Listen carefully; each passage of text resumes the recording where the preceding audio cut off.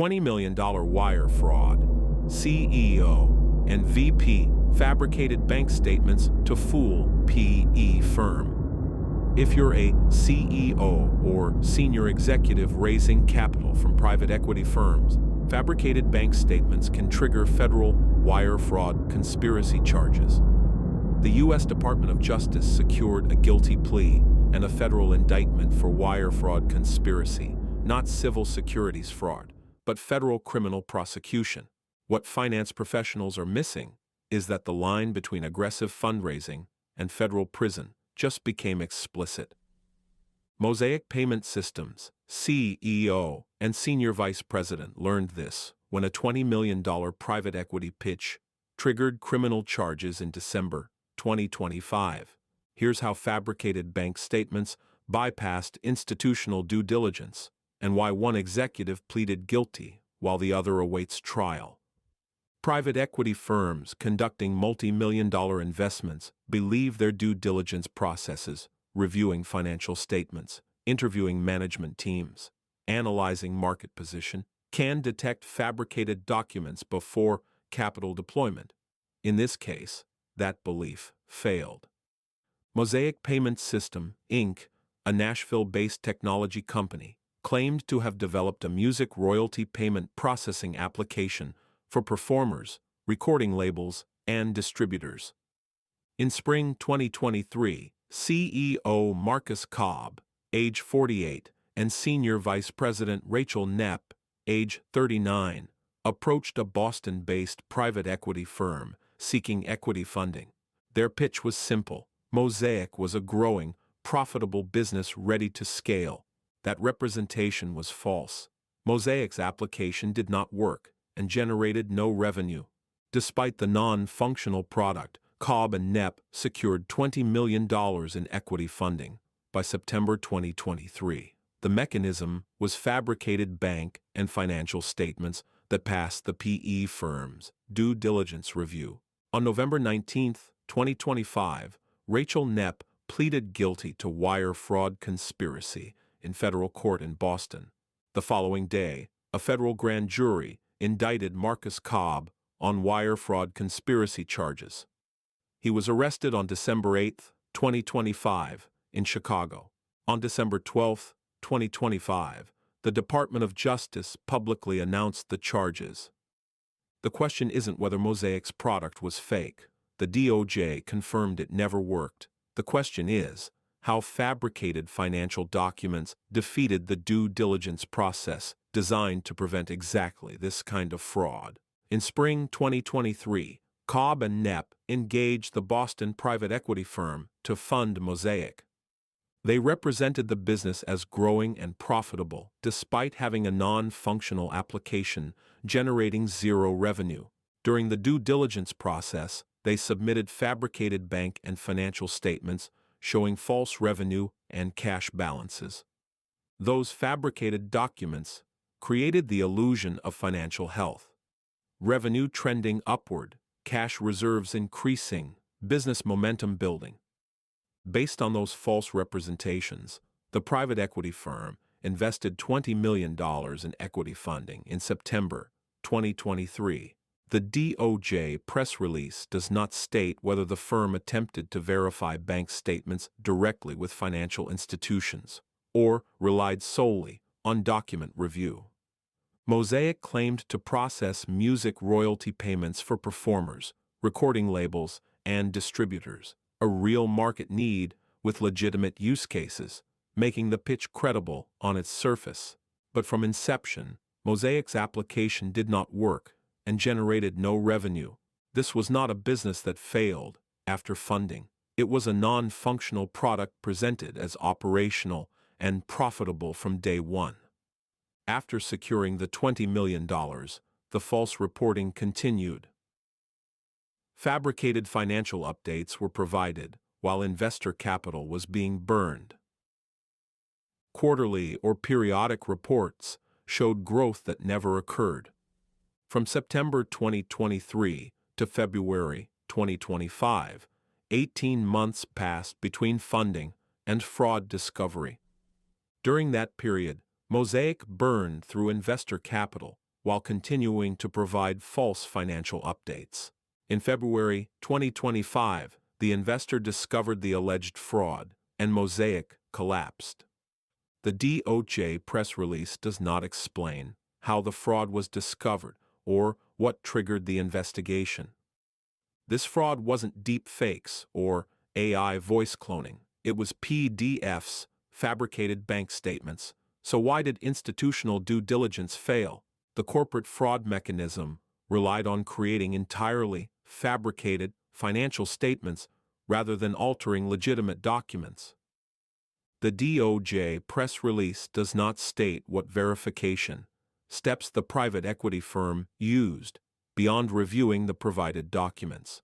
The fabricated statements looked legitimate, contained plausible numbers, and passed institutional review.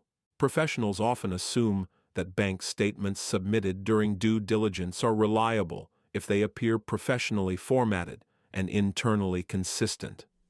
This case exposed the reality that bank statements can be entirely fabricated from scratch and still pass visual inspection without independent bank verification. The mental model shift is this: document review alone may not detect fully fabricated statements, and the press release does not describe whether independent authentication was ever attempted. Executive deception succeeded because fabrication began before any relationship existed. The false narrative was embedded in the initial pitch rather than layered onto real documents later. By controlling the baseline from the first interaction, every subsequent update reinforced the original fabrication rather than revealing inconsistencies. This pattern mirrors classic financial fraud schemes, where early misrepresentation compounds through continued false reporting, making discovery less likely over time. From spring 2023 to February 2025, 18 months elapsed between fraud initiation and discovery. During that time, Mosaic burned through the $20 million while continuing to provide false financial updates. Whatever ongoing portfolio monitoring controls, the investor had failed to detect the mismatch between reported growth and actual cash burn for a year and a half. The DOJ charged wire fraud conspiracy. The press release does not explain why this charge was selected over civil securities fraud or other statutes. Wire fraud is a federal criminal offense, carrying penalties of up to 20 years in prison and major financial consequences. If institutional private equity firms with professional due diligence teams failed to detect fabricated bank statements for 18 months, what does that say about the controls you rely on? The belief is that private equity due diligence can detect fabricated financial documents before capital deployment. The failure is that Mosaic's fabricated statements, created from scratch, passed institutional review and generated $20 million in funding. The evidence is an 18-month control lag between funding and discovery. As of January 2026, many private equity firms continue to rely on document-based diligence processes similar to those that failed here. The DOJ press release does not indicate whether industry-wide due diligence practices have changed as a result of this case. Rachel Knepp pleaded guilty. Marcus Cobb was indicted and arrested. This was federal criminal prosecution, not civil recovery, not SEC enforcement, but DOJ indictment with prison exposure. Whether this prosecution represents a new enforcement priority or standard DOJ treatment remains unstated. Whether other similar cases are under investigation also remains unstated. The corporate fraud enforcement landscape shifted from theoretical risk to documented prosecution in a 30-day window, from guilty plea to public announcement. Federal wire fraud prosecution elevates fundraising fraud from civil liability territory into criminal prosecution territory, with real prison exposure. For CEOs and senior executives raising capital, fabricated financial statements now clearly equal federal wire fraud conspiracy charges. For private equity investors, This case confirms that fabricated documents can bypass institutional controls and that discovery lag can extend well beyond a year. The DOJ press release does not mention Mosaic's board of directors or whether board members face liability. Mosaic claimed to process royalty payments for performers, labels, and distributors, a legitimate business model if the application functioned. But the application never worked and generated no revenue. This was not rescue funding for a struggling business. It was criminal misrepresentation from the start. There is a spectrum between optimistic projections and criminal fraud. In this case, the DOJ placed fabricated past performance, claiming revenue that never existed, squarely in the wire fraud conspiracy category. The press release does not define exactly where prosecutors draw that line. So how did fabricated bank statements bypass institutional due diligence?